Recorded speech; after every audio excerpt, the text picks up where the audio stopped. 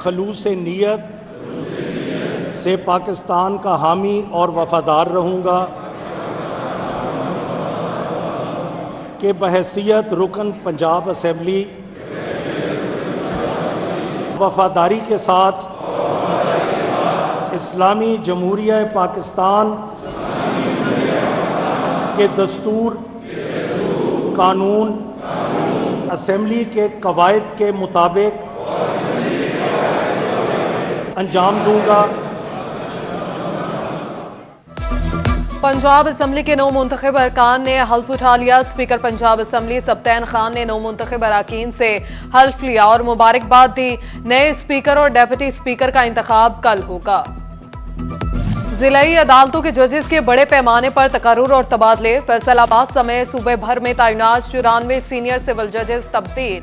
Chief justice Lahore high court کی منظوری کے بعد نوٹیفکیشن جاری۔ تبدیل ہونے والے ججز کو 27 فروری تک نئی تعیناتی پر رپورٹ کرنے کی ہدایت۔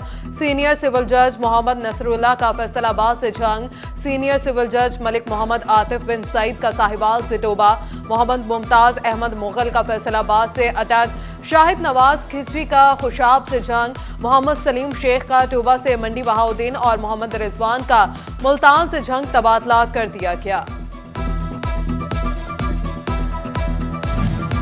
محکمہ صحت نے نصرت فتح علی خان اسپتال میں تعینات میڈیکل سپرنٹینڈنٹ ڈاکٹر عطاء المونم کو ساہیوال اسپتال، جبکہ ڈاکٹر ثاقب منیر کو میڈیکل سپرنٹینڈنٹ نصرت فتح علی خان اسپتال تعینات کر دیا۔ نوٹیفکیشن جاری۔ فیسکو کا نئے گریڈ اسٹیشن کی تعمیر کے لیے اہم فیصلہ۔ بورڈ آف ڈائریکٹرز کے نئے منصوبوں کے لیے بجٹ کی منظوری دے دی۔ شعبہ فائنانس کو نئے گریڈ اسٹیشن فیڈر سمیت دیگر منصوبوں کے لیے 80 کروڑ روپے مختص کرنے کی ہدایت۔ پی آئی ٹی سی کی ہدایت۔ فیسکو افسران کی فری سپلائی کی سہولت عارضی طور پر بحال کر دی گئی۔ اسکیل 17 سے 20 تک کے افسران کی فری سپلائی کی سہولت وزارت توانائی پاور ڈویژن نے بند کی تھی۔ ٹوبہ ٹیک سنگھ میں ماہ رمضان میں 1,29,000 سے زائد رجسٹرڈ خاندانوں کو راشن تقسیم کیا جائے گا۔ ضلعی انتظامیہ راشن کی تقسیم کے لیے پٹواریوں کی خدمات حاصل کرے گی۔ 5 مارچ سے راشن کی تقسیم کا عمل شروع ہوگا۔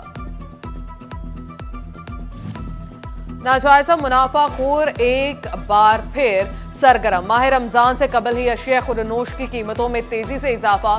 جنگ کی تھوک مارکیٹ میں چینی کی قیمت 7 روپے فی کلو بڑھ گئی، 140 روپے کلو تک پہنچ گئی۔ 100 کلو کی بوری 13,770 روپے کی کر دی گئی۔ فیصل آباد میں ایل پی جی سلنڈرز کی غیر قانونی دکانوں کی بھرمار۔ غیر قانونی دکانوں پر بغیر اجازت نامے کے ایل پی جی فلنگ جاری۔ ضلعی انتظامیہ نے خاموشی اختیار کر لی۔ شہریوں کی جانیں داؤ پر لگ گئیں۔ ضلعی انتظامیہ بڑے حادثے کی منتظر۔ فیصل آباد میں 553 دکانوں میں سے 90% پر گیس کی غیر قانونی refuelling.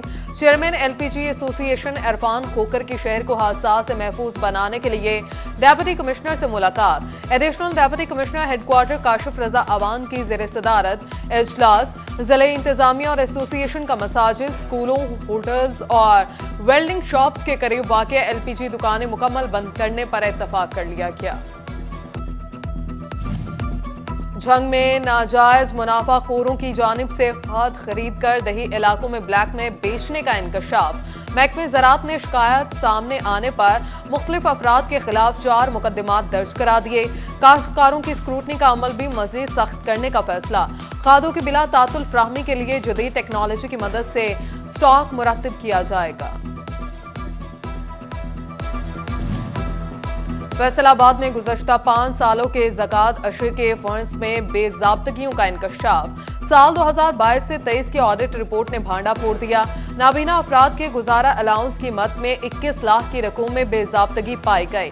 Are H C B H Us کو 89 لاکھ کی رقم زکوٰۃ فنڈ سے جاری نہیں ہوئی۔ ماہانہ وظائف کی مد میں 97 لاکھ کی رقم میں بے ضابطگیاں سامنے آئیں۔ بے نظیر انکم سپورٹ پروگرام کے تحت رقم میں 20 کروڑ کی بے ضابطگیاں سامنے آئیں۔ آڈیٹر جنرل کی جانب سے آڈٹ رپورٹس میں اہم اعتراضات رپورٹس اداروں کو ارسال کر دی گئیں۔